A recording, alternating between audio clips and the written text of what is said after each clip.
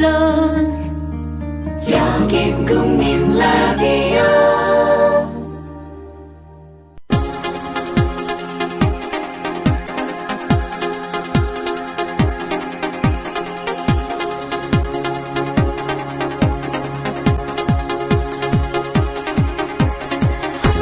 해고 이즈 해피입니다. 쫄지 않습니다. 무슨 말든 할 수 있고 눈치 보지 않고 아무거나 할 수 있더라고요. 진실을 지키는 뉴스 바리케이드. 국민일보 해직 기자 조상훈의 뉴스 바. 조상훈입니다. 6월 2일 월요일 뉴스바입니다. 세월호 침몰사고 진상규명을 위한 국회 국정조사가 오늘부터 석 달간 일정으로 시작됩니다. 여야는 김기춘 청와대 비서실장을 조사 대상에 포함시켰고 국가정보원에 대해서도 비공개 조사를 실시하기로 했습니다. 세월호 희생자 유가족들의 마지막 바람인 명백한 진상규명, 과연 가능할까요? 세월호 침몰사고 국조특위위원인 새정치민주연합 김광진 의원을 오늘 초대석에서 만납니다. 월요일에 만나는 특종의 진수에서는 안대희 전 국무총리 후보자의 지명에서 낙마까지의 과정에서 나타난 조선중앙, 동아일보의 미묘한 시각 차이를 짚어보겠습니다. 잠시 광고 듣고 뉴스바 이어가겠습니다. 안녕하세요. 참여연대 회원인 MBC 해직 기자 이용마입니다. 2014년 대한민국은 과거로 회귀하고 있습니다. 민주주의에 꽂힌 선거에 국가기관이 대대적으로 개입해 국민의 권리를 짓밟았습니다. 하지만 불법을 저지른 정부는 비판하는 사람들에게 오히려 종북딱지를 붙이고 있습니다. 경제민주화와 복지국가를 만들자는 국민과의 약속은 실종되고 공공부문 민영화가 국민의 동의 없이 강행되고 있습니다. 그래서 20살 청년 참여연대는 다시 신발끈을 묶습니다. 진실과 정의가 승리하는 나라, 권력이 국민에게 복종하는 나라, 특권층만이 아니라 대다수 국민이 행복한 나라를 만들기 위해 더 열심히 뛰겠습니다. 국민TV 라디오 청취자 여러분, 참여연대에 회원이 되어 함께 뛰어주세요. 세상은 저절로 좋아지지 않습니다. 회원가입은 홈페이지 www.peoplepower21.org 또는 전화 02-723-5300번을 통해 할 수 있습니다.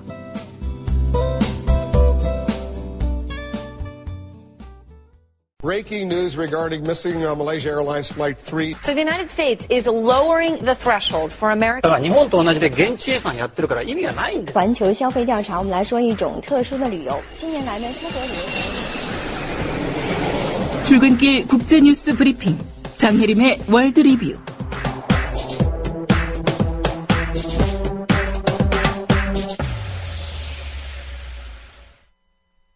네, 주말 사이 주요 국제 뉴스부터 정리하겠습니다. 장혜림 캐스터입니다. 안녕하십니까? 네, 안녕하세요. 네, 지난 3일 동안 열린 아시아 안보회의 소식부터 전해주실까요? 네, 싱가포르에서 3일간 열렸던 제13회 아시아 안보회의가 어제 끝났습니다. 이번 회의는 최근 일본과 미국이 중국과 대립해온 구도를 극명하게 보여줬는데요. 예. 중국은 동남 중국해에서의 영유권을 주장했고요. 일본은 그런 중국을 견제했고 미국은 일본에 동조했습니다. 예. 일본 측이 먼저 입장을 밝혔다고요? 네. 아베 총리는 지난 30일 기조연설에서 중국의 방공식별구역 설정과 해양 진출 정책을 간접적으로 비판했고요. 일본이 이 문제로 중국과 분쟁을 겪고 있는 베트남과 필리핀을 지지한다고 밝혔습니다. 예. 일본 방위상도 힘에 의한 일방적인 활동에 강하게 반대한다고 하면서 중국이 국제법에 따를 것을 요구한다고 말했습니다. 예, 어느 정도 예상은 했습니다만 미국은 일본의 주장에 힘을 실어줬다고요? 그렇습니다. 척 헤이글 미국 국방장관은 최근 중국이 남중국해에서 일방적으로 안정을 위협하는 행동을 해왔다며 비판했습니다. 그러면서 센카쿠 열도가 미일 안보조약의 적용 대상이라고 밝혔고요. 예. 미국이 일본의 집단 자위권 추진을 지지한다는 입장을 재확인했습니다. 예. 중국의 반응이 궁금한데 어떤 반응 나왔습니까? 중국은 즉각 반발했습니다. 중국 인민해방군 부참모총장은 일본이 국제법이라는 말을 자주 쓰지만 이건 마치 일본의 법이라는 말처럼 들린다고 지적했고요. 예. 그러면서 아베 총리가 주장한 적극적 평화주의가 실제로는 아베주의다 이렇게 비난했습니다. 미국에 대해서도 강하게 비판했는데요. 헤이글 장관의 발언이야말로 패권주의와 아태 지역의 불안정을 야기하는 말들로 가득하다 이렇게 말했고요. 또 본회의장에서 일본과 미국이 서로 조정하고 지지했다며 두 나라를 질타했습니다. 예. 중국 외교부 역시 아베 총리의 연설 내용을 반박했다고요?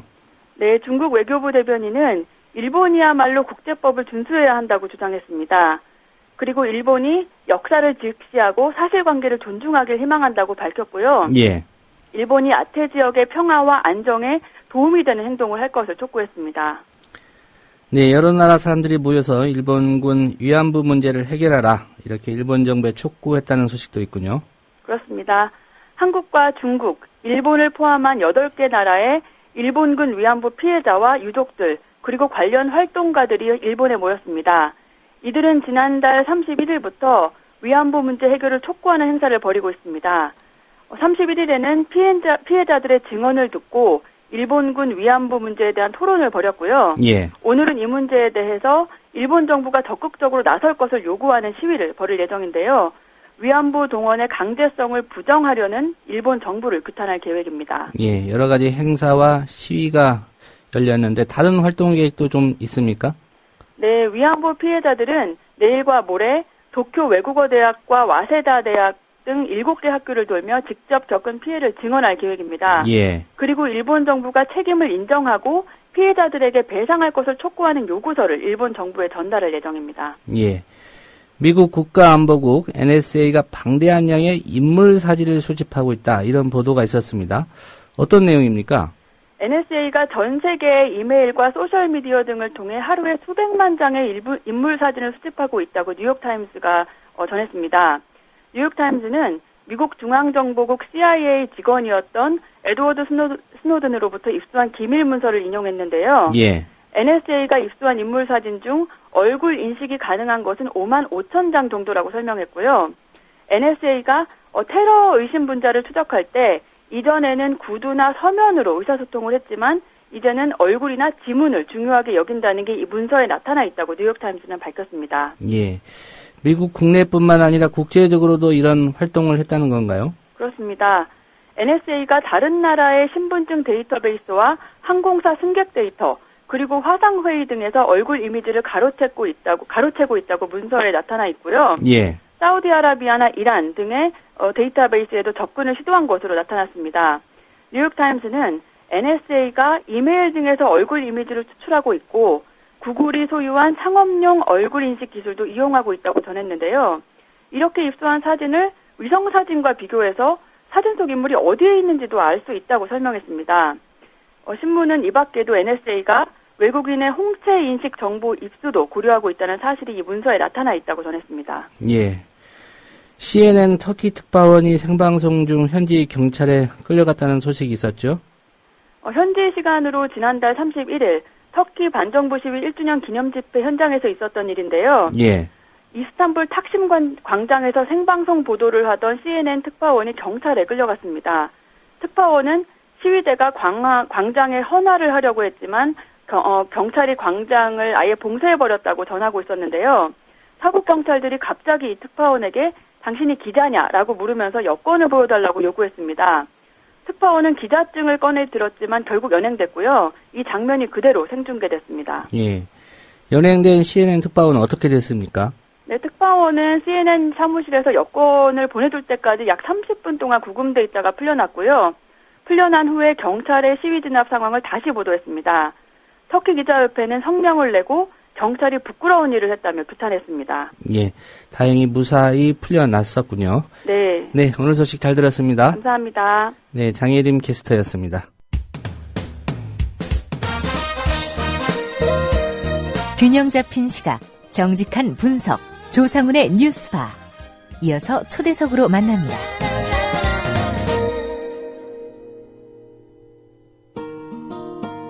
네, 오늘은 방송 일정상 초대석 인터뷰를 먼저 진행하고 이어서 조간 브리핑 진행하도록 하겠습니다. 국회가 세월호 침몰 사고 진상 규명을 위한 국정조사를 오늘부터 석 달간 일정으로 실시합니다. 그동안 우리 국민은 국회 국정조사의 한계를 여러 차례 확인한 바 있습니다. 과연 이번 국정조사는 진상규명에 접근할 수 있을까? 이런 의문도 갖게 됩니다. 세월호 침몰 사고 진상규명을 위한 국정조사 첫 일정으로 잠시 뒤 전남 진도 팽목항 방문길에 오르는 새정치민주연합의 김광진 의원과 얘기 나눠보겠습니다. 김 의원님 안녕하십니까? 예, 안녕하세요. 김광진입니다. 예. 말씀드린 대로 잠시 뒤 진도 팽목항으로 가신다고 들었습니다. 예, 8시 20분 기차로 출발합니다. 예. 국정조사 첫 일정으로 진도 팽목항 방문 결정한 특별한 이유가 있습니까? 사실은 뭐 당연히 시작해야 되는 일정이기도 하고요. 예. 그리고 유족 대표 측에서도 지난번에 요구하셨던 4대안 중에 가장 중요하게 생각하셨던 것이 첫 일정을 진도에서 시작해줬으면 좋겠다. 그리고 아직까지 돌아오지 못하고 있는 16명에 대해서 다시 한번 생각해주면 좋겠다. 이런 의견이 있으셨습니다. 예. 그 팽목항 가시면 아직 그 실종자 가족으로 현장에 있는 분들 그리고 유족들 예. 좀 만나 뵙겠군요. 예, 그렇습니다. 예.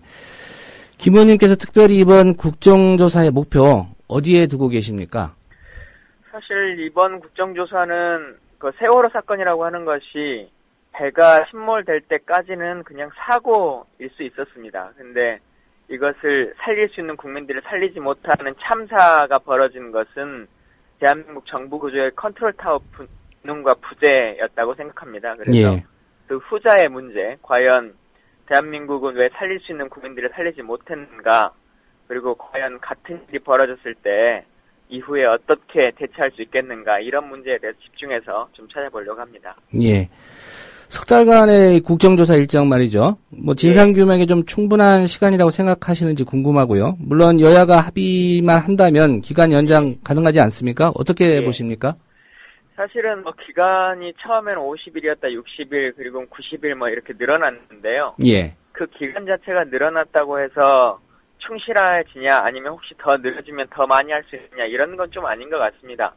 사실은 짧더라도 자료 요구에 명확하게 정부가 응해주고 또 국정조사에 참여하는 증인이나 혹시 기관이나 이런 분들이 성실하게 임해주기만 한다면 뭐 50일이어도 충분할 수 있다고 생각합니다. 예. 그리고 또 하나는 지금 90일로 되어 있습니다만 기간 보고는 한 열흘 정도 그리고 소위 이제 국민들이 생각하시는 청문회 기간은 5일 정도로 잡혀 있기 때문에요. 국민들이 생각하시는 실질적인 청문회 기간은 국정조사 기간은 한 15일 정도 이렇게 생각하시면 될 것 같습니다. 예. 대략적으로 기관 보고 열흘, 그 다음에 청문회 5일 정도. 이 청문회 일정이 너무 짧은 것 아닌가 이런 생각 드는데 어떻게 생각하십니까? 그러니까 저도 약간 그런 것에 대한 아쉬움은 있습니다. 그러니까 청문회라고 하는 것이 이 다른 어떤 사안과 다르게 무슨 호통치고 정치적 공방이 있고 이런 것이 아니라 정말 말 그대로 진실 규명을 위한 것이고 또 사실 다른 어떤 사건보다도 이것은 연관되어 있는 부처가 너무 많습니다. 예. 그래서 각 부처의 사람들이 기본적인 본인의 입장을 얘기하고 각각의 의원들이 또 질의응답하고 또 그것에 대한 사실관계를 다시 한번 체크하는 이런 시간을 가지려면 5일로는 사실은 좀 짧다라는 생각이 들고요. 앞서 말씀드린 것처럼 지금 15일이라고 하는 기간을 제외하고 나머지 기간이 꽤나 많이 남아있기 때문에 여야가 합의가 될 수 있다면 조금 그 기간에도 하루하루씩이라도 기관들의 이야기들을 좀 더 들을 수 있는 그리고 현장 방문을 통해서라도 명확한 현장의 이야기들 각각 기관들이 가지고 있는 상황들을 브리핑 받으면 좋겠다 이렇게 생각합니다. 예. 오늘 첫 일정으로 이제 진도 팽목항 방문한다고 말씀하셨는데 예. 석 달간의 국정조사 일정 대략적으로 어떤 순서로 진행이 됩니까?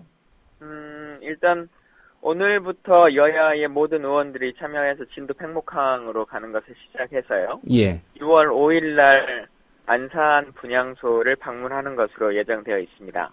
그리고는 그 뒤부터는 정식 국정조사 전에 사전 국정조사라고 예비조사라고 해가지고 국회의원뿐만 아니라 각 기관의 전문가들 그리고 유족들이 포함되어 있는 조사기구를 발족시켜서 그분들이 다양한 자료들을 수집하고 또 국정조사위원들에게 자료를 좀 제공하는 기간이 있고요. 예. 6월 11일까지가 사전조사 기간입니다.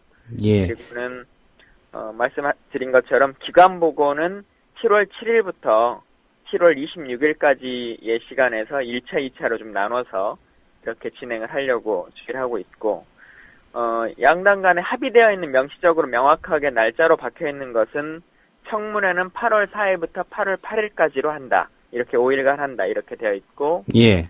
8월 29일 날 백서를 발간하는 것으로 마무리가 되는 걸로 현재 합의되어 있습니다. 예. 일정 설명하신 중에 유족들이 참여하는 그 조사위원회 언급을 하셨는데 예. 유족들은 어떤 방식으로 참여를 하게 됩니까?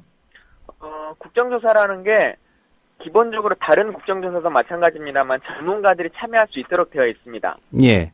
예, 국정조사 꼭 위원이 아니더라도 이 전문위원들로 예비조사팀이나 전문가들을 구성할 수 있도록 되어 있는데요. 그 중에 몇몇 분들이 유족을 대표하셔서 참여하시는 걸로 생각하고 있고, 또한 다른 국정조사는 한 20분에서 30분 정도의 전문가를 저희가 모셔서 의견 자문을 구하는데, 이번 사건 같은 경우는 부처도 많고 또 유족들의 입장도 여러 가지 대변을 해야 되기 때문에 한 60여 명 선에서 전문가를 모시려고 준비하고 있습니다. 예. 그 가족들이 참여하는 방안은 이제 가족 대책이 여기에 좀 일임을 하셨나요? 어떻게 선임하고 그럴지는? 지금 뭐 꼭 저희 당만이 할 수 있는 것이 아니라 이게 국회에서 하는 거기 때문에 여야가 같이 합의를 해야 되는 상황들이 있고요. 예. 그리고 현재 각 당에서 그리고 공식적으로 유족 대표자 회의가 구성되어 있기 때문에 연관돼서 여러 가지 이야기들을 나누고 있고, 오늘 진도에 내려가실 때도 유족 대표자 분들께서도 같이 함께 하십니다. 예. 청문회 일정 중에 가장 관심이 가는 대목, 아무래도 그 국정조사 일정 중에서는 청문회일 것 같습니다. 예. 또 그 중에서도 이제 김기춘 대통령 비서실장이 증언대에 서느냐, 또 그렇다면 시기는 언제쯤일 것이냐, 이 문제 같은데 어떻게 전망하고 계십니까?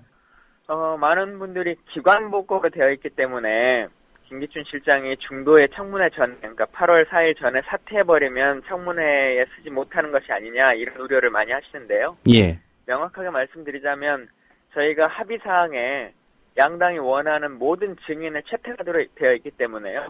본인이 중도에 사퇴하신다, 계속 직을 유지하신다면 기관의 장으로서 기관 보고를 하러 오실 것이고, 예. 만약 중도 사퇴하게 되신다면 기관 증인이 아니라 개인 증인으로서 청문회장에 서실 거라 이렇게 말씀드립니다. 예. 근데 김기춘 비서실장이 청문회 전에 사퇴할 가능성이 있다고 보십니까? 뭐 어느 정도 인적 쇄신에 대한 얘기들이 계속 나오고 있고, 청와대 발로도 6.4 지방선거 이후에 청와대 비서실 개편이 있을 것이다, 이런 말들이 있기 때문에요. 예. 어느 정도는 예상할 수 있다고 생각합니다. 근데 다만 남재준 국정원장이라든가 김장수 실장이라든가 이런 분들도 다 사임하셨지만 예. 이후에 청문회에서 증인으로 나오셔야 되는 것이거든요. 예, 그렇기 때문에 김기춘 실장도 사임만으로 이 청문회 자리가 면피되거나 면책되거나 하진 않을 거라는 것을 말씀드립니다. 예. 이번 사고 조사와 관련해서 김기춘 실장을 통해서 확인하고 싶은 내용들은 어떤 것들입니까? 사실 이 사건에서 가장 중요한 것이 국가의 컨트롤 타워, 그러니까 청와대의 안보실이 정확하게 운영되느냐, 그리고 대통령은 어떤 판단을 정확하게 내리셨느냐, 이것입니다. 근데 대통령이 직접 국회에 나오시는 것이 아니기 때문에 이를 대변할 수 있는 청와대 비서실장의 입을 통해서 듣고자 하는 것이고요. 예. 국회에서 총리가 답변을 한 것처럼 사건이 발생하고 대통령은 1시간이 넘어서 이것을 인지했다, 이렇게 말씀하시고 있습니다. 근데 대한민국의 대통령은 행정부의 수반이기도 하시지만 국군 통수권자이신데, 군의 체계로 보면 사건이 일선에서 발생하면 합천 벙커까지 오는데 15분 이내에 도달해야 됩니다. 예. 그러지 않으면 이 전쟁에 대한 준비나 계획을 정확하게 세울 수가 없는 것이죠. 근데 과연 1시간이 넘도록 이 일을 대통령이 인지하지 못한다라고 한다면 실제 북한이 어떤 폭격이 일어난 거나 사건이 벌어졌을 때도 과연 이 컨트롤 타워는 제대로 운영될 것이냐라고 하는 의구심이 드는 것이고요. 또 실제 대통령이 중간중간에 어떤 보고를, 어떤 체계를 통해서 누구에게 보고를 받아서 어떤 결정을 내리셨고 누구에게 그것을 지시하셨는가, 이것도 정말 중요하다고 생각합니다. 보고 체계라는 것이 여러 가지가 있을 수 있습니다. 행정망을 통해서 공식적으로 올라오는, 예를 들어 안행부라든가 해양수산부에서 들어오는 보고 아닐 수도 있고, 국정원이라든가 기무사를 통해서 들어오는 정보성 첩보일 수도 있고, 청와대의 직보를 통해서 오는 보고일 수도 있습니다. 근데 이런 것일 때 어떤 것을 취합해서 판단하셨느냐, 그리고 누구를 통해서 어떤 라인으로, 그러니까 지시를 내리시는 것도 말씀드린 것처럼 역순으로 똑같은 방식입니다. 안행부나 수부를 통해서 공식적으로 동문을 통해서 지시를 하달하실 수도 있는 것이고요. 국정원이나 기무사나 정보기관을 통해서 비선 라인으로 이 일을 처리하실 수도 있는 것이고, 또 청와대의 특정한 몇몇의 사람들만의 일로 좌지우지돼서 그 보고나 지휘가 내려갈 수 있는 거기 때문에 현재 지금 대한민국을 어떻게 운영하고 계신지 이것을 좀 확인해야 된다 생각합니다. 예.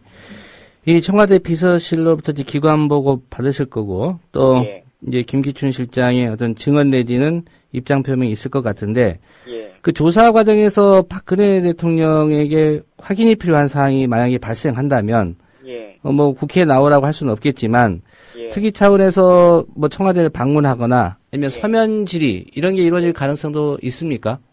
뭐 현재는 그렇게까지는 저희가 생각을 하고 있지 않고요.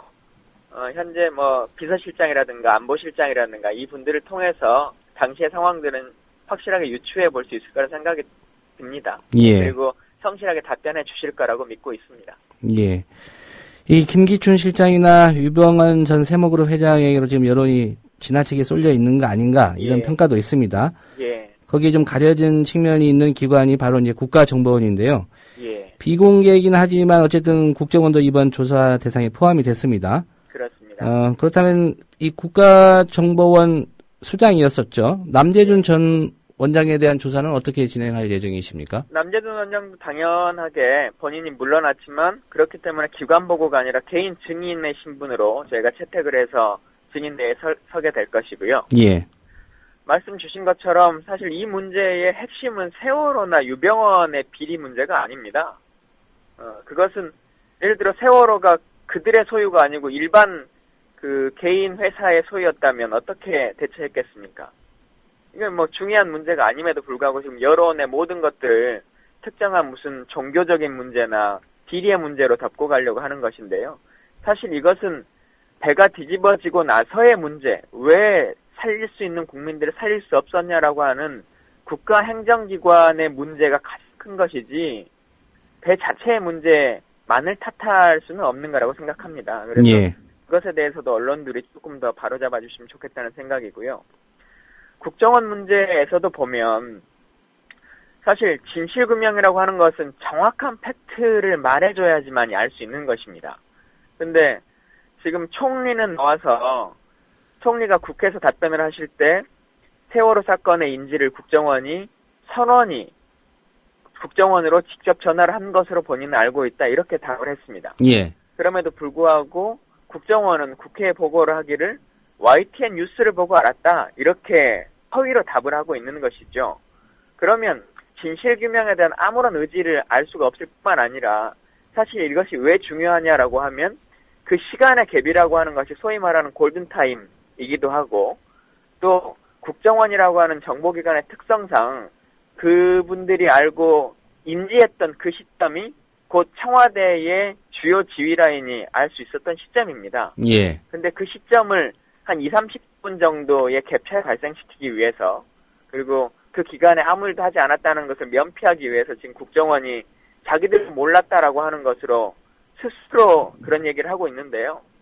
사실 대한민국의 최고의 정보기관이 이 큰 사건을 뉴스를 보고 알았다고 하면 그 자체가 무능이고 그것에 대해서 책임을 져야 되는 상황입니다. 그래서 이 부분에 대해서도 정확하게 확인을 해야 된다는 생각이고 국정원 부분에 대한 비공개 부분에 대해서 염려하시는 분들이 많습니다만 사실 국회의 정보위원회도 현재도 비공개로 운영이 되고 있지만 또 많은 부분에 밝혀지고 공개된 부분에 대해서는 이후에 브리핑을 해서 다 국민들에게 알려드리기 때문에요. 크게 염려하시거나 우려하실 만한 상황은 아니다 이렇게 생각합니다. 네, 국정원과 관련해서 한 가지 좀 이해하기 어려운 대목이 있습니다. 남재준 전 원장의 경우에 남북 정상회담 대화락 공개 때도 사퇴 요구가 있었고요. 또 국정원에 의한 간첩 증거 조작 사건 때도 뭐 사퇴 요구가 있었습니다만 버텼습니다. 근데 세월호 침몰 사고 때문에 본인이 사표를 냈고 또 박근혜 대통령이 사표를 수리했단 말이죠. 이 상황은 어떻게 이해하고 계십니까? 사실 뭐 세월호 침몰 사건 때문에 본인이 물러나시는 건지 세월호가 일어나기 바로 전날까지만 해도 이분이 대국민 사과도 하고 그랬습니다. 예. 서울시 공무원 간첩 사건, 조작, 이런 것으로 인해서요. 그래서 이 모든 것들이 복합돼서 물러나신 거라고 생각이 들고요.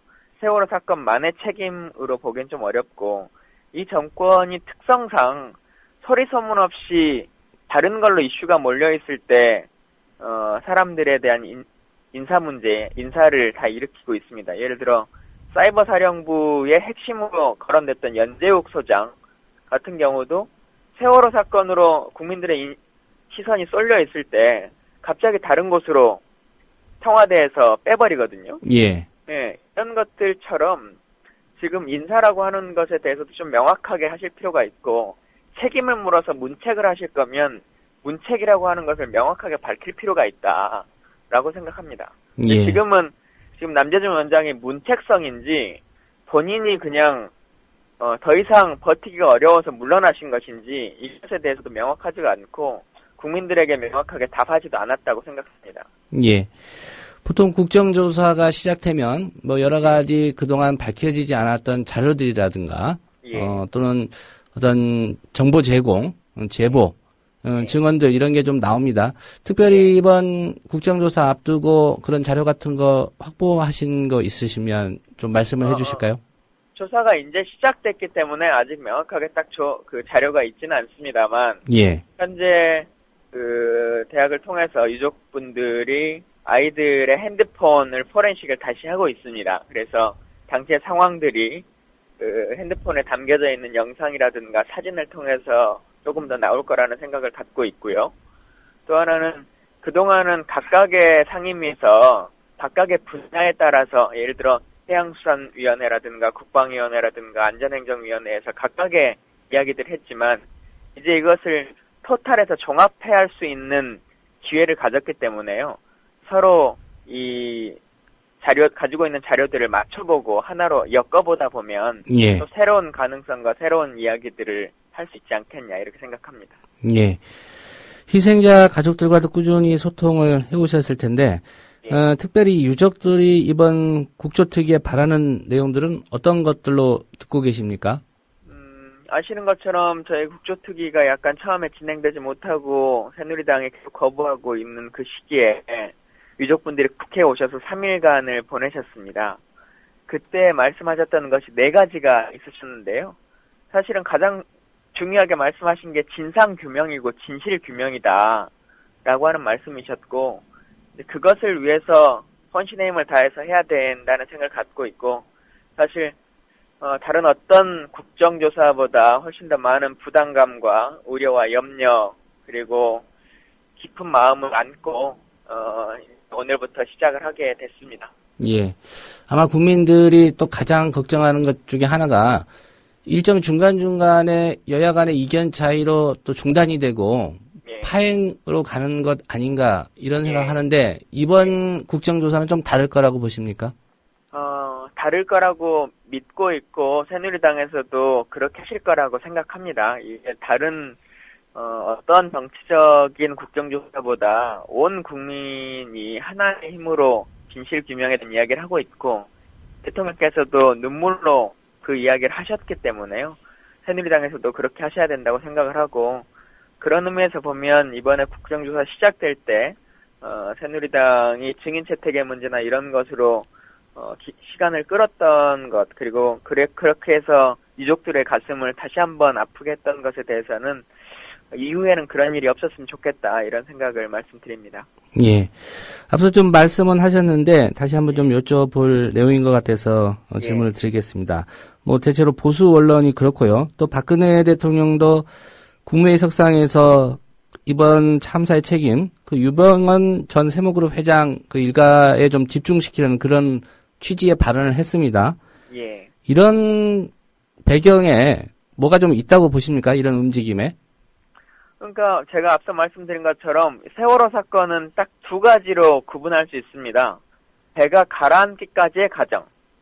그때까지의 상황은 과적의 문제라든가 혹은 20년 동안 쓸 수 있는 배를 30년으로 늘려줬다고 하는 그 규제 완화에 대한 문제라든가 혹은 여러 가지 그런 것들이 있습니다.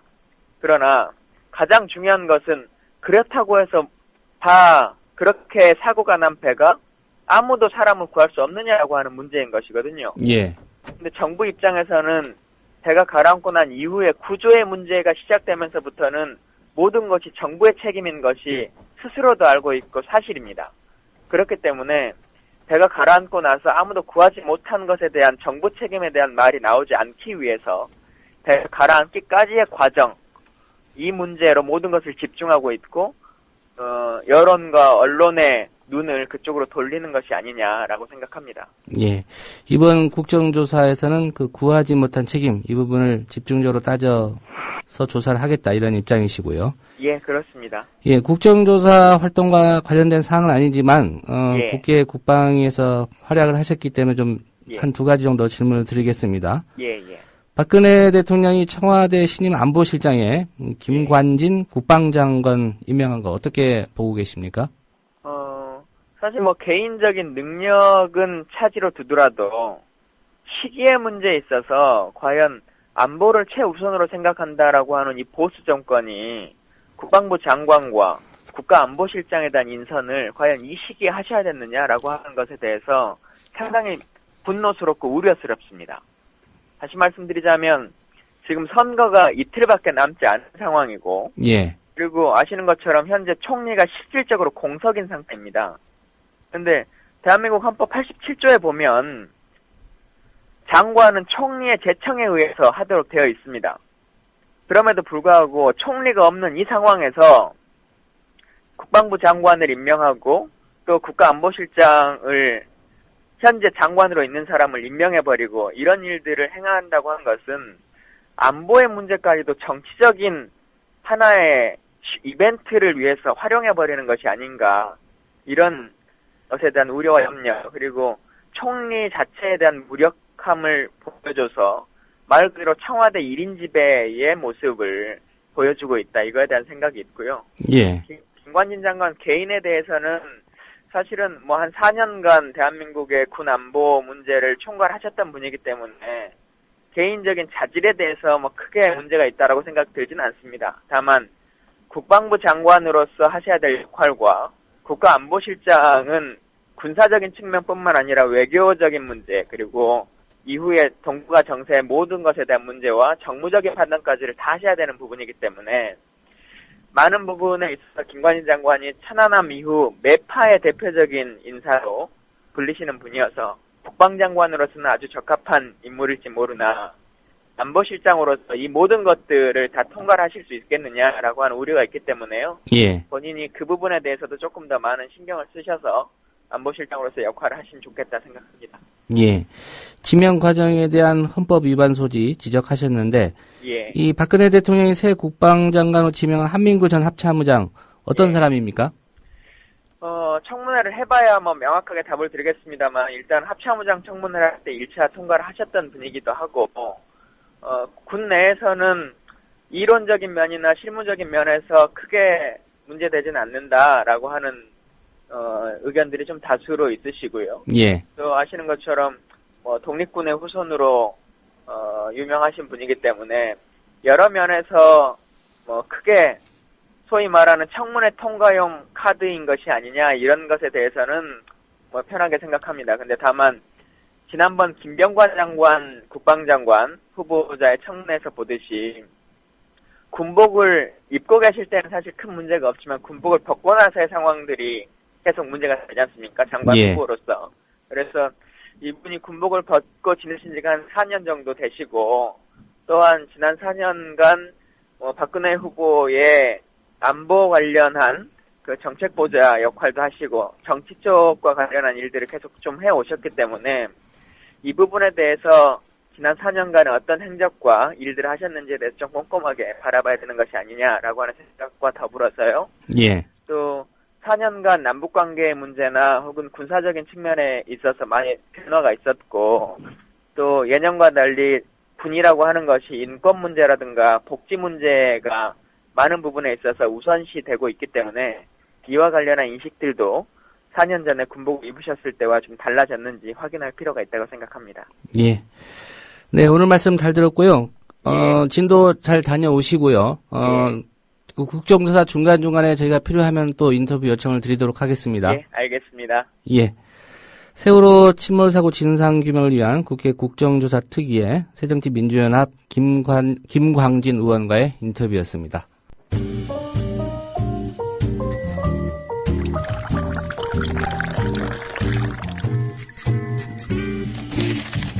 아침 신문 귀로 읽기 김용민 PD의 조간 브리핑.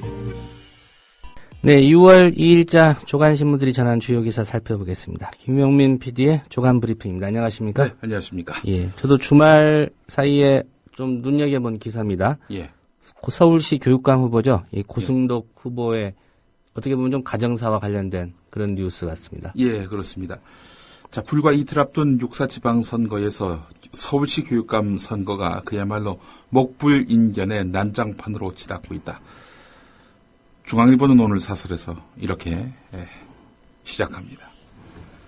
2007년 직선제 도입 이후 주민 직선 방식으로 교육감을 뽑는 선거제도의 온갖 적폐가 한꺼번에 쏟아져 나오는 양상이다. 이러면서 공약 대결은 이미 실종됐고 누가 막장 드라마의 주인공인지를 가리는 폭로만 난무하고 있다. 이렇게도 평가하고 있는데요. 예. 자, 이 교육감 직선제에 대한 중앙일보의 회의적 시각 잠시 후에 소개를 해드리고요. 우선 고승덕 서울시 교육감 후보 관련한 파문 한번 짚어보겠습니다. 어제 긴급 기자회견을 열었죠. 자녀를 내팽개친 고승덕은 교육감 자격이 없다라는 친딸의 페이스북에 대해서 부덕의 소치라고 사과를 했는데요. 그러면서 딸을 이용하는 공작 정치에 맞서겠다라면서 문용린 후보를 지목했습니다. 딸의 글이 자신의 전 처남이자 고 박태준 포스코 명예회장의 아들과 이 문용린 후보 사이에 야합에서 나왔다는 것이 바로 고승덕 후보의 주장인데요. 예. 이에 대해서 문용린 후보는 사실무근이라면서 법적 조치를 취하겠다 이렇게 밝혔습니다. 공부의 신을 꼽으라면 바로 고승덕 후보 아니겠습니까? 사법시험 최연소 합격에다가 행정고시 수석 합격, 외무고시 차석 합격에 빛나는 고시 3관왕입니다. 주식투자 전문가로 여러 권의 그 책을 썼고요. 방송에도 출연해서 인기를 끌었습니다. 미국 하버드, 예일, 컬럼비아 대학 이 세 개의 명문 로스쿨에서 석박사 학위를 받은 사람은 고승덕 후보 이전에도 이후에도 없었습니다. 자, 오늘 조선일보를 보니까 말이죠. 이 딸과 그리고 전 부인과의 인터뷰 내용이 있네요. 예. 사면을 보겠습니다. 고승덕 씨는 서울시 교육감 자격이 없다. 이런 글을 페이스북에 남긴 고승덕 후보의 딸 캔디 고 씨. 조선일보와 전화 인터뷰에서 내가 옳다고 생각했기 때문에 글을 쓴 거지 누가 시켜서 한 일은 아니다. 이렇게 말을 했다고 합니다. 선거를 며칠 앞두고 글을 공개한 이유는 무엇이냐 이렇게 기자가 물어보니까 뉴스를 통해서 고승덕 후보가 아들 문제로 울었다는 것을 보았다.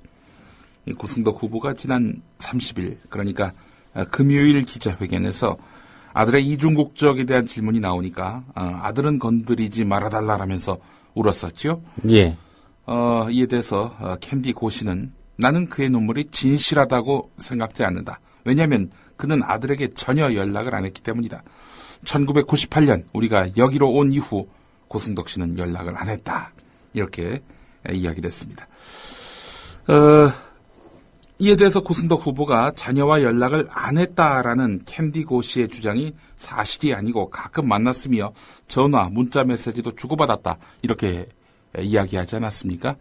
자, 이에 대해서 캔디 고 씨는 지난 겨울 한두 번 카톡 메시지를 주고받았다.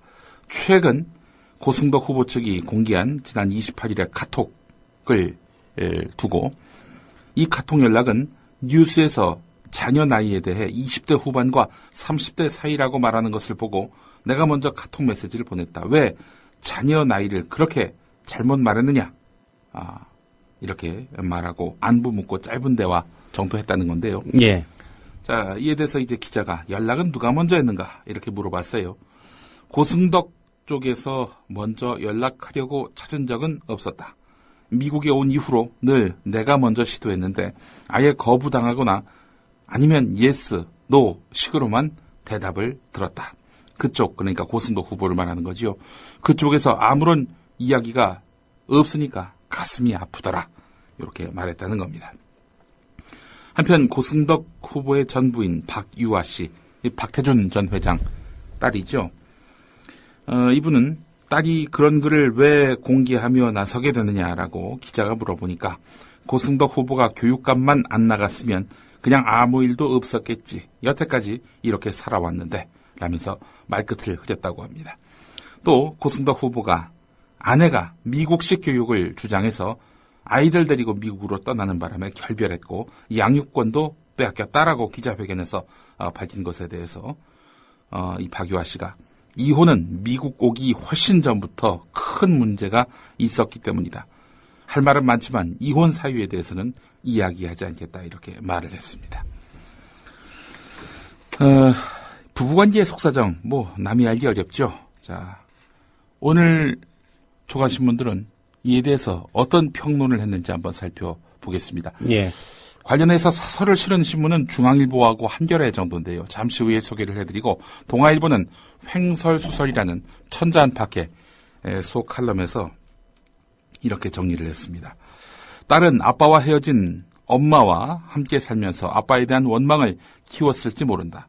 희경 씨, 그러니까 캔디 고 씨가 소셜 네트워크 서비스에 글을 올린 경위가 고승덕 후보가 주장하는 대로 문용린 후보 쪽과의 야배에 의한 것인지는 확인하기 어렵다. 경위야 어찌됐든 친자식에게서 후보 자격이 없다라고 비난받는 아버지가 훌륭하다고 할 수는 없다. 공인이 되려면 수신제가부터 하라는 옛 성현의 말이 틀리지 않는다. 이렇게 끝을 맺습니다. 예. 어떻게 보십니까? 공직에 나왔지 않습니까? 예. 각오를 하고 나왔겠지요. 예. 모든 그 사생활이 다 탈탈 털릴 거라는 그런 점을 감안하고 나오지 않았다면은 전혀 대비가 안 돼 있다라고 말할 수밖에 없겠죠. 예. 자, 중앙일보 사설을 보겠습니다.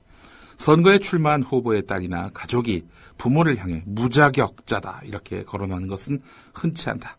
고승덕 후보의 개인 가정사이기 때문에 외부인이 시시비비를 가리는 것은 어렵겠지만 그의 도덕성은 적지 않은 상처를 입었을 것으로 보인다. 다만 유권자들의 귀중한 한 표가 그의 해명과 후보 사퇴 거부로 판단할 것이다. 이렇게 이어가고 있습니다.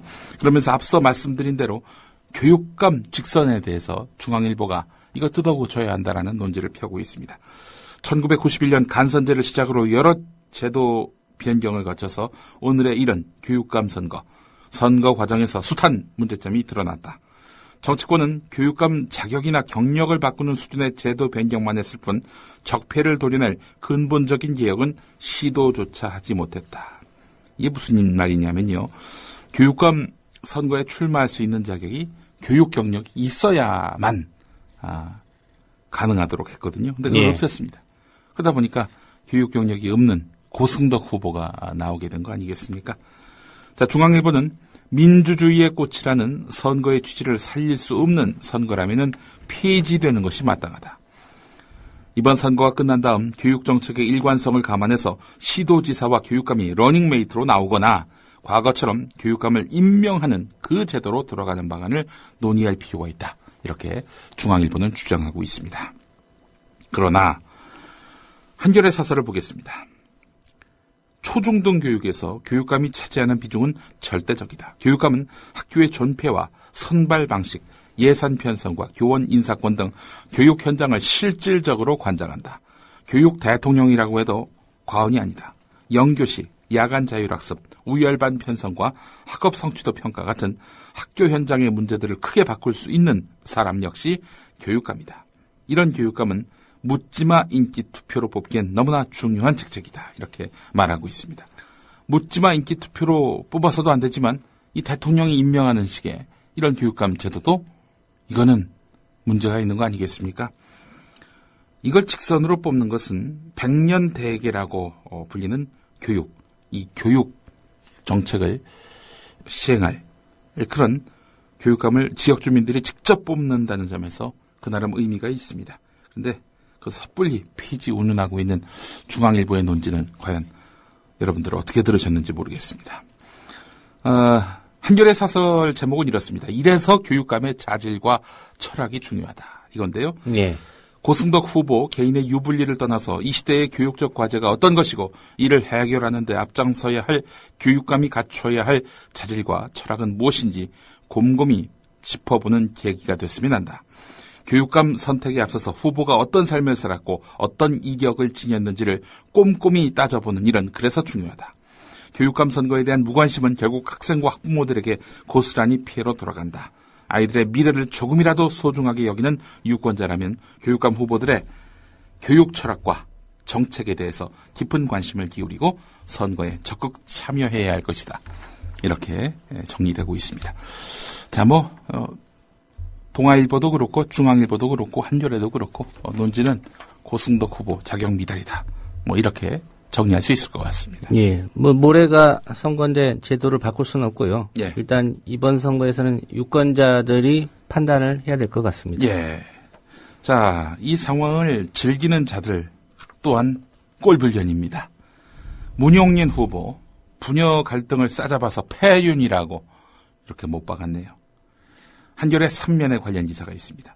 문용린 서울시 교육감 후보가 고승덕 후보와 캔디 고 씨의 갈등을 패륜의 문제라고 말을 했습니다. 자, 논란이 되니까 사회 문제의 진단에서 사용된 단어 패륜이 확대 해석되지 않기를 바란다 라면서 패륜이라는 단어를 또 기자회견문에서 삭제를 했네요. 자, 문용린 후보는 기자회견을 열어서 고승덕 후보의 따님이 올린 글을 읽고 무척 가슴이 아팠다. 어쩌다 우리 사회가 이런 패륜의 문제에 봉착하게 됐는지 해법을 찾아야겠다고 생각했다라고 말한 겁니다. 그러면은 이 고승덕 후보는 말할 것도 없고 캔디 고 씨도 패륜을 했다. 이런 얘기인가요? 문용린 후보는 아버지를 비판한 것이 패륜인가? 자녀를 버린 것이 패륜인가? 기자들이 이거 안 물어볼 수가 없겠죠. 물어봤더니 따님이 아버지를 흠집내고 아버지는 딸을 돌보지 않았다. 이것이 패륜의 한 모습이 아닌가? 이렇게 말을 했습니다. 그러더니 세월호 이준석 씨가 팬티바람으로 도망가던 장면이 생각났다. 고승덕 후보가 딸을 돌보지 않은 것과 선장이 승객을 두고 도망친 것은 사회 전반에 책임 회피와 기강회의가 만연해 있음을 보여준다라고 하면서 고승덕 후보를 깎아내렸습니다. 자, 한편 조희연 민주진보 교육감 후보는 이 문제를 더 이상 가족사나 윤리 문제로 확대시키는 것에 반대한다. 어떤 후보가 진심으로 아이들과 아이들의 미래를 생각하면서 서울 교육을 책임질 준비가 돼 있는지 판단해달라 이렇게 호소했습니다. 깜깜이 선거로 치러질 듯한 서울 교육감 선거에 대한 관심이 막바지에 뜨거워지고 있는 양상입니다. 예. 자, 서울 교육감 선거 이 딸의 비판이 얼마만큼 변수로 작용할 것인지 오늘 한겨레가 3면에서 또 짚었습니다. 고승덕 후보는 높은 인지도를 무기로 해서 예비 후보 때부터 줄곧 지지율 1위를 달렸지요. 하지만 고승덕 아성이 조금씩 흔들릴 조짐이 보였습니다. 그도 그럴 것이 이 자녀 영주권 문제와 관련해서 논란이 불거지면서 조금씩 흔들리기 시작했다 이렇게 볼 수 있는 겁니다. 자, 이런 흐름에 고승덕 후보의 딸 캔디 고 씨가 아버지에게 직격탄을 날리는 페이스북이 공개되면서 교육감 선거 막판 최대 변수로 떠올랐습니다. 실제로 캔디 고 씨의 글이 퍼진 다음 네이버 실시간 검색어 1위부터 5위까지가 서울시 교육감 관련 단어일 정도로 뜨거운 이슈가 됐는데요. 특히 교육감이 유초 중등 교육을 책임지는 자리인 만큼 아버지로서 자녀 교육에 충실했느냐가 유권자들의 표심에 상당 부분 영향을 줄 수밖에 없다는 겁니다.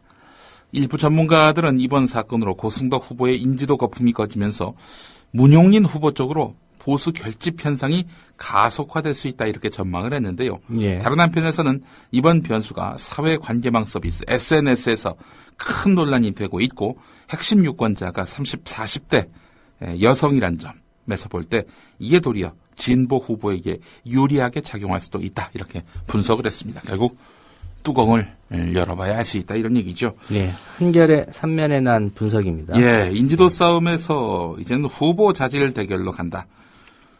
만시지탄에 감이 없지 않습니다만은 벌써부터 SNS에서는 여성 접대부가 낀 룸살롱 회식으로 무리를 빚은 문용린 후보의 과거사가 또 거론되고 있습니다. 문용린 후보에게 막연히 유리하게 작용할지 이건 뭐 또 문용린 후보의 과거를 짚어보면 답이 나올 수 있지 않겠는가 이런 생각을 해봅니다. 어제 이거 참나 이거는 지난 주말부터 새누리당 그 여러 중진 의원들부터 시작해서 지역위원장들까지 거리에 나와서 1인 시위를 벌였습니다. 도와주세요. 머리부터 발끝까지 다 바꾸겠습니다. 이런 내용이었습니다. 손수조 씨도 머리부터 발끝까지 다 바꾸겠다. 도와달라. 이런 팻말을 들고 흔절을 올리던데요. 댓글이 여러 가지 올라왔습니다. 네가 본데 다 바꾼다고 약속하느냐.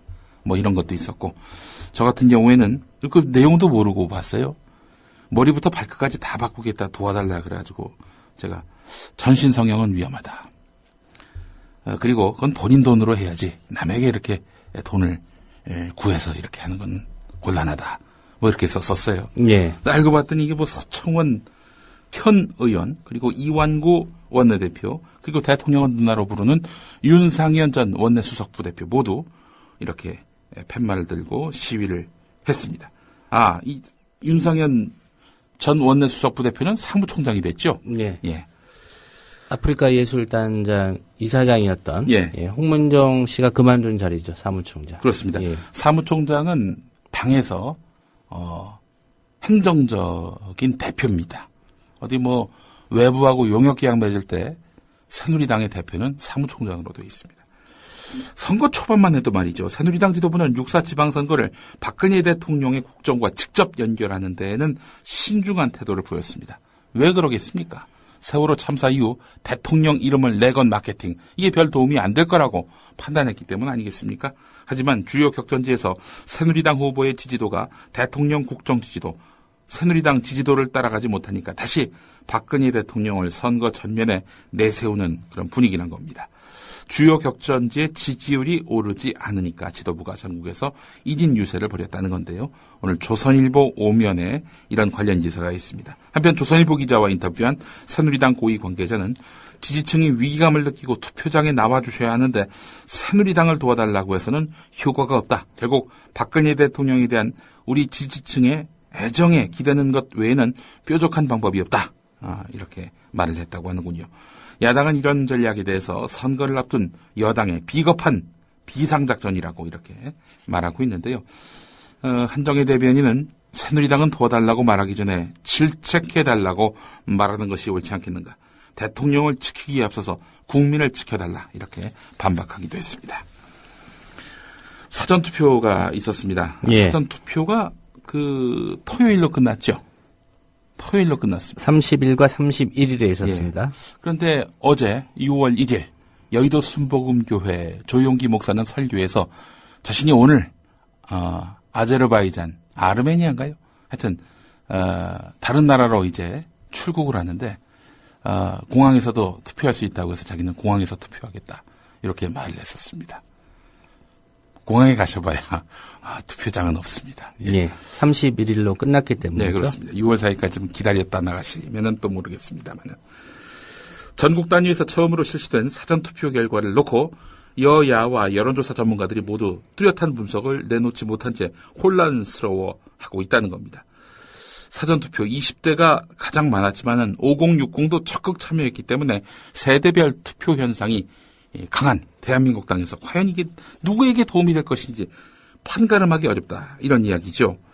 사전투표로 인해서 야당 지지세가 강한 20대의 전체 투표율이 이전보다 얼마나 올라갈지 이제 주목이 되고요. 20대 다음으로 높은 투표율을 기록한 연령층 60대, 50대. 이들은 또 과연 여당에게 얼마만큼 이득을 줄지 이것도 상당히 주목된다는 거죠. 놀라운 것은 3040 세대 투표율이 평균치보다 낮았다는 겁니다. 30대가 9.41, 40대가 9.99, 20대는 15.97, 그리고 60대는 12.22 이렇게 돼 있는데 말이죠. 3040이 왜 투표를 안 했을까? 이분들이 뭐 투표할 마음이 없어서 그런 것일지 이거는 6월 4일 지나봐야 알 수 있는 거 아니겠습니까? 예, 이게 사전투표 투표율이기 때문에 예. 단정 지을 수는 없을 것 같고요. 예, 그도 그럴 것이 지금 SNS상에서는 이거 사전투표 했다가 괜히 또 내 표가, 내 찍은 표가 이 무효되거나 혹은 뭐 제대로 전체 표 결과에 반영되지 않거나 하는 거 아니냐라는 막연한 그런 추측들이, 우려들이 계속 나왔던 터였죠. 그렇기 때문에 투표는 당일에 하겠다. 이런 3040 세대의 일부 SNS상의 목소리가 높은 투표율로 나타나게 될지 한번 좀 지켜볼 일입니다. 자, 이런 가운데 초접전지의 통합진보당 후보들이 잇따라 사퇴하고 있는데 이것이 과연 얼마만큼의 그 선거판의 변수가 될지 주목된다는 경향신문 오면 기사도 볼 필요가 있을 것 같습니다. 이미 부산 초접전 지역에서 사퇴를 했죠. 경기도 지사 후보에 나선 백현종 후보도 어제 기자회견을 열고 경기도에서 새누리당 후보가 당선되는 것은 또 다른 재앙이라면서 이 시간 이후 후보직을 조건 없이 사퇴한다 이렇게 밝혔습니다. 이로써 경기도지사 선거는 새누리당 남경필, 새정치민주연합 김진표 후보 사이에 양자 대결로 치러지게 됐습니다. 예. 자, 그런데 이 그간의 여론조사 결과를 보게 되면은 남경필, 김진표 두 후보 사이의 그 지지율 격차가 오차범위 아니었거든요. 근데 통합진보당 백현종 후보의 지지율은 5%대였습니다. 이 5%가 그대로 김진표 후보 쪽으로 가게 된다면은 새누리당으로서는 엄청난 타격이 있을 것이 분명해 보이고요. 5%가 아니 김진표를 왜 찍나? 투표장에 안 나간다면은 뭐 결국 별 여파를 못 미치게 될 것이 분명하고요.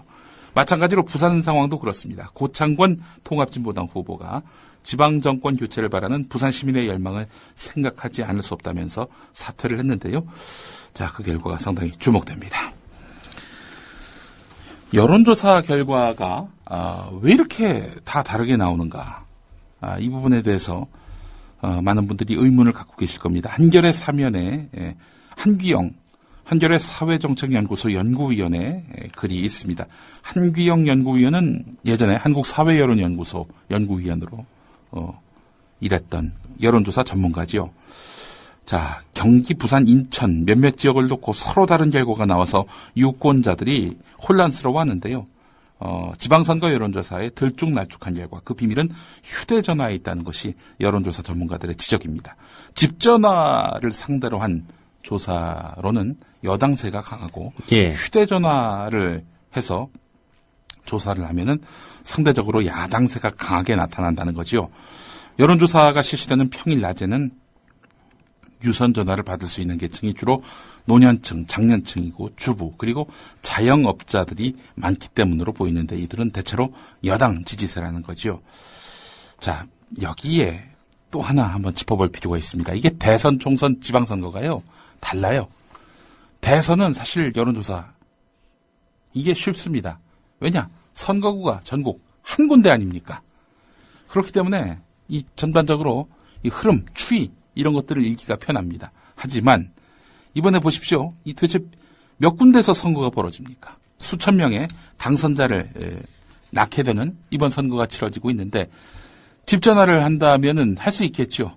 뭐 지역번호 이런 것들 감안하면은. 예. 그렇지만은 집전화로 하면은 결국에는 장년층, 노년층, 주로 새누리당 지지 성향이 강한 이 층들이 받을 가능성이 높고요. 휴대전화 같은 경우는요. 아니, 다 010으로 시작하지 않습니까? 어느 지역에서 사는지 잘 몰라요. 판단도 안 되고. 이러다 보니까 이게 결국 특정 언론사에 가입돼 있는, 회원 가입돼 있는 그런 패널들을 상대로 조사할 수밖에 없기 때문에 신문사별로도 독자들의 성향이 다르지 않습니까? 예. 이러다 보니까 이 판단이 쉽지 않다는 겁니다. 그래서 홍준표 경남지사가 국회의원일 때 이 여론조사 때 휴대전화 가입자 정보를 알 수 있도록 이렇게 법을 바꿔가지고 정확한 여론조사 결과를 도출해내도록 하자. 뭐 이 조사 저 조사 때문에 혼란을 겪느니 그렇게 여론조사의 어떤 정확성을 높이는 방향으로 제도 개선을 해야 한다. 이런 목소리를 낸 적이 있었죠. 자, 반영이 될지는 뭐 알 수 없습니다. 현재로서는. 이번에 실현이 됐으면 참 좋을 공약들. 오늘 한겨레가 8면에서 소개했습니다. 단체 급식에다가 채식 메뉴를 의무화하는 것. 손주 돌보미 제도를 도입하는 것. 그리고 장애인들에게 기본소득을 보장하는 것. 예. 이런 공약들이 나왔다는 얘기죠. 육사지방선거를 앞두고 후보들이 내놓은 각종 공약들인데 톡톡 튀면서 시대를 앞서가고 있는 내용이 있어서 눈길이 쏠리는데 대체로 보면은 진보 야당들의 그런 공약들입니다. 이병훈 노동당 광주시장 후보는 장애인에게 기본소득을 지급하겠다 이렇게 공약했습니다. 기본소득은 일을 하든 하지 않든 어린이부터 노인까지 장애인이면 누구에게나 일정액을 주는 제도입니다. 복지선진국에서는 이미 도입되어 있는 그런 제도기도 합니다. 그리고 2009년 독일 총선에서 약 10%의 지역구 의원이 기본소득을 공약으로 내걸고 당선됐습니다. 한국에서는 2007년 대선 때 금민 사회당 후보가 기본소득을 공약으로 처음 제시했지만 그거 기억하는 분들이 별로 없습니다. 아울러 노동당 서울시당은 상가세입자 전담 피해 구제 제도를 만들겠다 이렇게 공약을 내세웠습니다. 상가세입자들은 초기 시설 비용으로 큰 돈을 부담하고도 불과 2년에서 3년 사이에 쫓겨나는 일이 여전해서 소상공인들이 마음 편히 장사할 여건이 잘 마련되지 못한다는 거지요.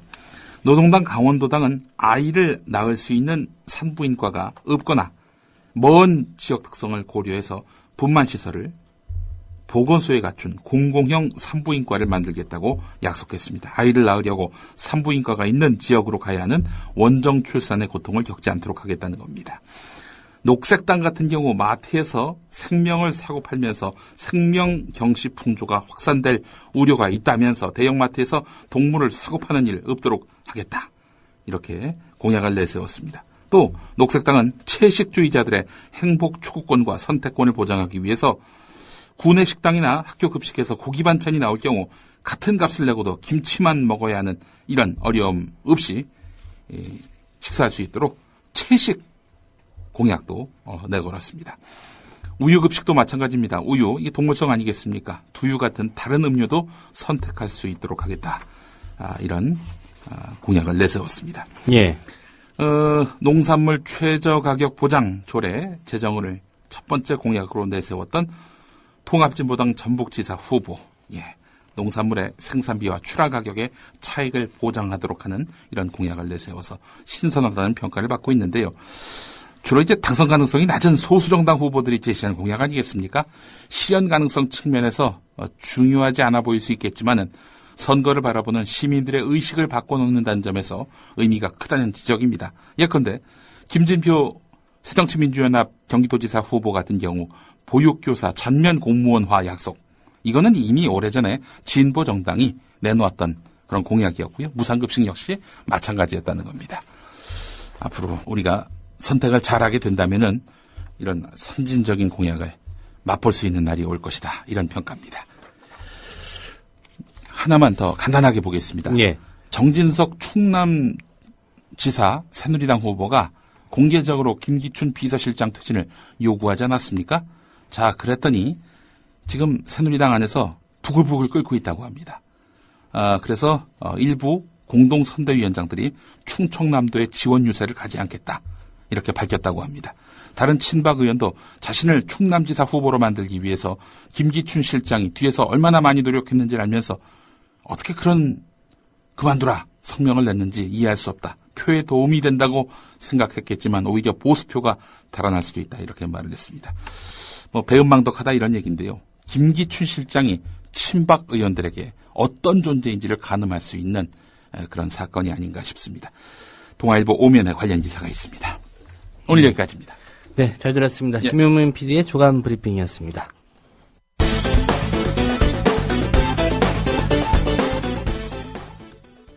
교회에 130억 원대 손해를 끼친 혐의로 재판에 넘겨진 여의도 순복음교회 조용기 목사와 장남인 조희준 씨에 대해서 법원이 모두 유죄를 선고했습니다. 여의도 순복음교회 조용기 원로 목사가 법정을 빠져나갑니다. 신도들이 몰려들면서 취재진과 격한 몸싸움이 벌어집니다. 재판부는 조 목사가 지난 2002년 아들 희준 씨 소유 주식 25만 주를 적정가보다 비싸게 사들이도록 지시해 여의도 순복음 교회에 131억여 원의 손해를 끼쳤다는 검찰의 공소 사실을 인정했습니다. 또한 이 과정에서 세금 35억 원을 포탈한 것도 사실로 받아들였습니다. 오늘 조용기 목사가 재판에서 한 최후 변론이 뉴스 검색 1위에 오르면서 네티즌들의 공분을 샀습니다. 조 목사가 국제시대의 싸이와 배용준처럼 한국교회 위상을 드높였고 유죄 판결을 내린다면 기독교 사회가 큰 피해를 입을 것이라며 선처를 호소했습니다. 하지만 이 소식을 접한 네티즌들의 의견은 달랐습니다. 한 사람 때문에 정직한 목사님들까지 색안경 끼고 볼까 겁이 납니다. 라며 걱정하기도 했습니다. 권력과 탐욕에서 자유로워야 할 종교인의 추락, 조금은 씁쓸하네요. 이 뉴스 다 기억하시지요? 그리고 며칠 뒤 주일 설교에서 조용기 목사. 한 이태 동안에 저는 50년의 목회 생활을 해오는 중에 가장 어려운 고난을 겪었습니다. 마음에 많은 고통이 다가오고 내가 변명을 하고 싶고 사람이니까 대항하고 싶고 복수를 하고 싶고 여러 가지 착잡한 잘못된 생각들이 마음에 많이 떠올랐었습니다. 제가 고난을 당하는 동안에 우리 성도 여러분들께서 저를 위해서 많이 기도해 주신 것을 제가 알고 있습니다. 여러분의 기도가 저를 사람으로 만들고 주의 종으로 만들어 주신 것을 감사하게 생각하는 것입니다. 그리고 어제 주일 설교에서는 사람이 세상에 살면서 좋은 친구를 만난다는 것은 굉장한 축복입니다. 나는 우리 한국의 정치인들이 많은데 그 중에도 정몽준 서울시장 후보와 남경필 경기도지사 후보는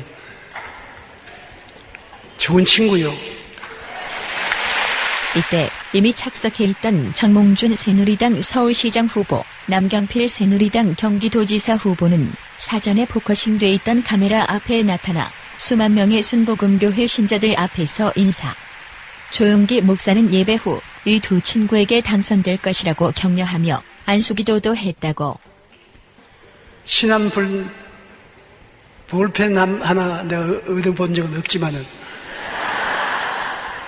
좋습니다. 저분들을 보면은 우리나라를 하나님이 복주시려고 좋은 인물들을 많이 한국에 보내주신 것을 감사하게 생각합니다.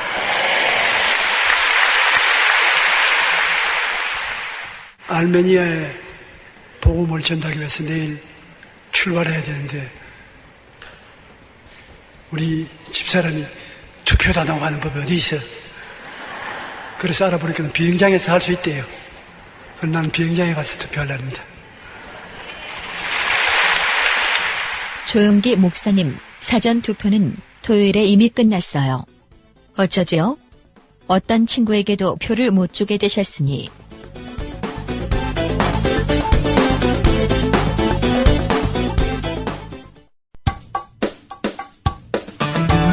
여러분께서는 지금 국민일보 해직기자 조상훈이 진행하는 국민라디오 아침 시사 프로그램 조상훈의 뉴스바를 듣고 계십니다.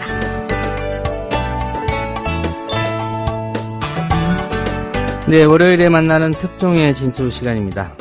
안대희 국무총리 후보자가 사퇴하면서 박근혜 정부의 인사난맥상 다시 한번 도마 위에 올랐습니다.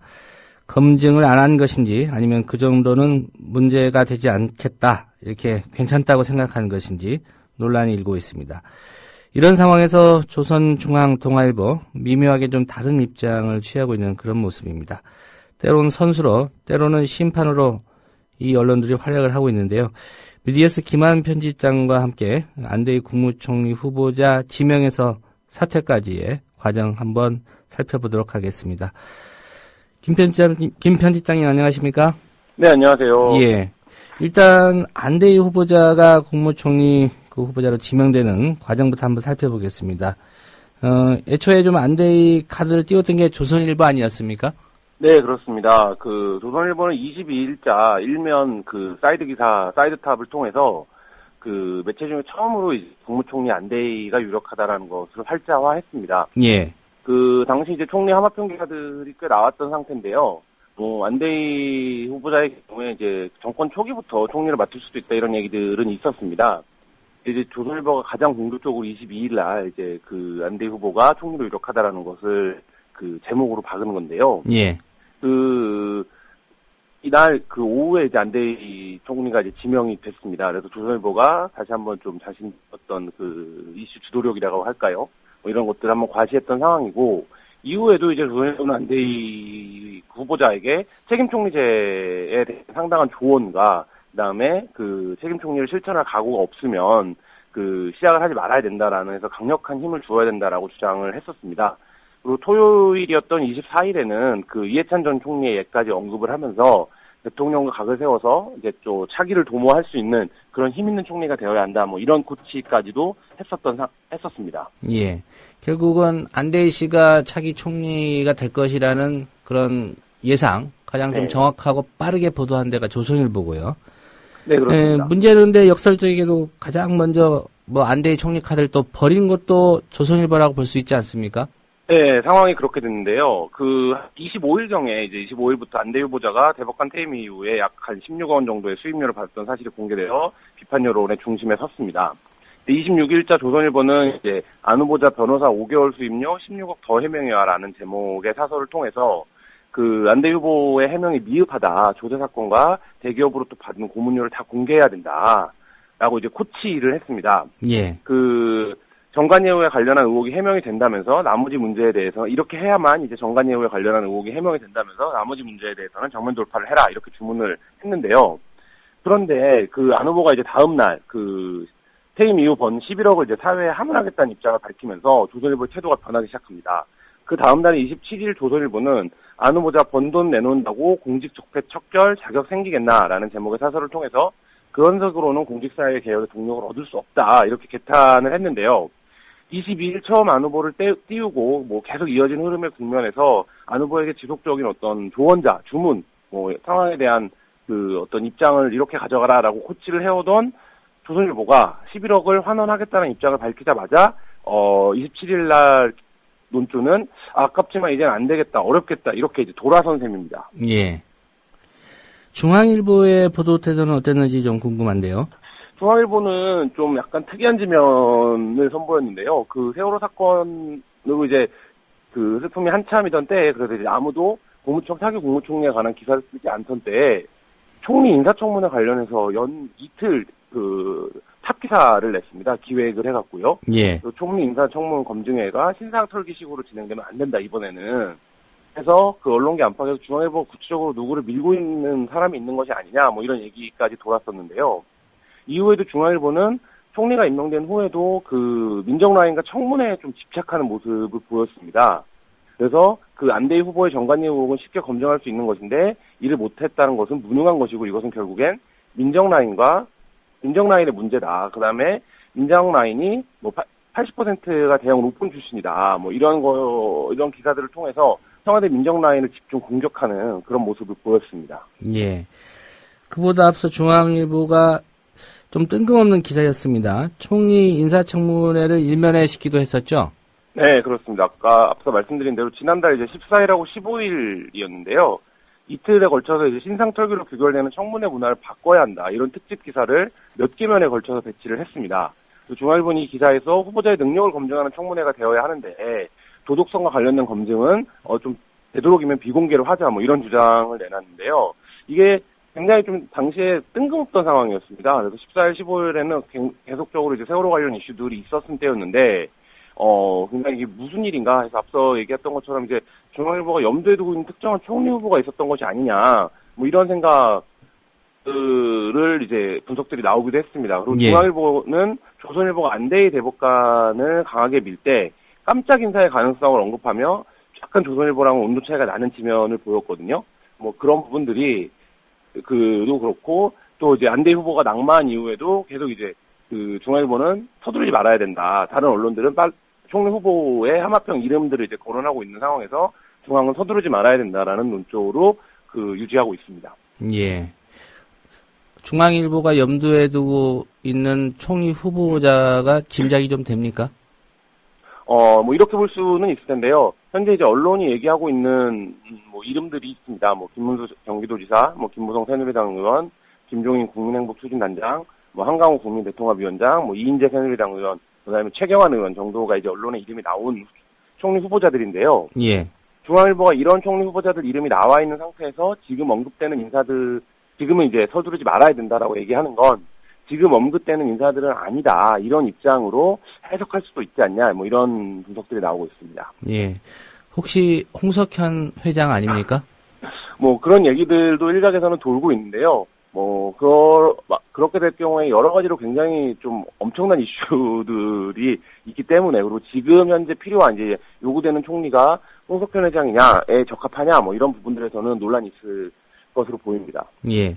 앞서 여러 사람의 지금 뭐 하마평에 오르고 있는 총리 후보자들 이름 거론해 주셨는데, 네네. 대체로 언론들이 다음 총리, 뭐 안대희 후보자 낙마 이후 총리 후보자 누구로 보고 있습니까? 일단 뭐 조건은 정무용 총리여야 하고 비주류를 포괄하는 인사여야 하고 화합형 총리여야 한다 뭐 이런 얘기 정도는 진보 보수 가릴 것 없이 어느 정도 합의를 보고 있는 것 같습니다. 예. 네, 이제 구체적으로 그 인사들이 누구여야 하느냐는 약간 정치적 셈법에 따라서 다른데요. 그 경기도 지역에 이제 있는 일간지들은 뭐 대놓고 이제는 김문수의 차례가 아니냐 이런 기사들을 쓰고 있습니다. 예. 그리고 새누리당의 역학관계에서 보면 지금 국가의전서열이라는 것이 있는데 대통령 이제 뭐 대법원장 이렇게 쭉 이어지는 서열에서 대부분이 PK를 차지하고 있습니다.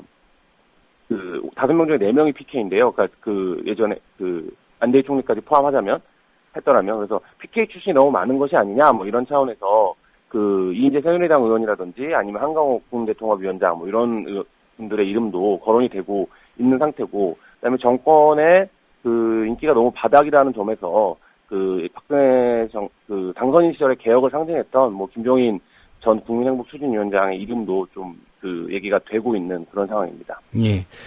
아무래도 뭐 지명권을 가진 뭐 대통령의 의중이 중요할 것 같은데요. 청와대 쪽의 분위기는 어떻습니까? 한마디로 뭐 멘붕이라고 알려지고 있습니다. 그 안대희 국무총리가 사퇴하겠다고 발표한 다음 날에는 청와대 주요 수석들이 다 전화통화도 안 될 정도로 분위기가 나빴다라고 하고요.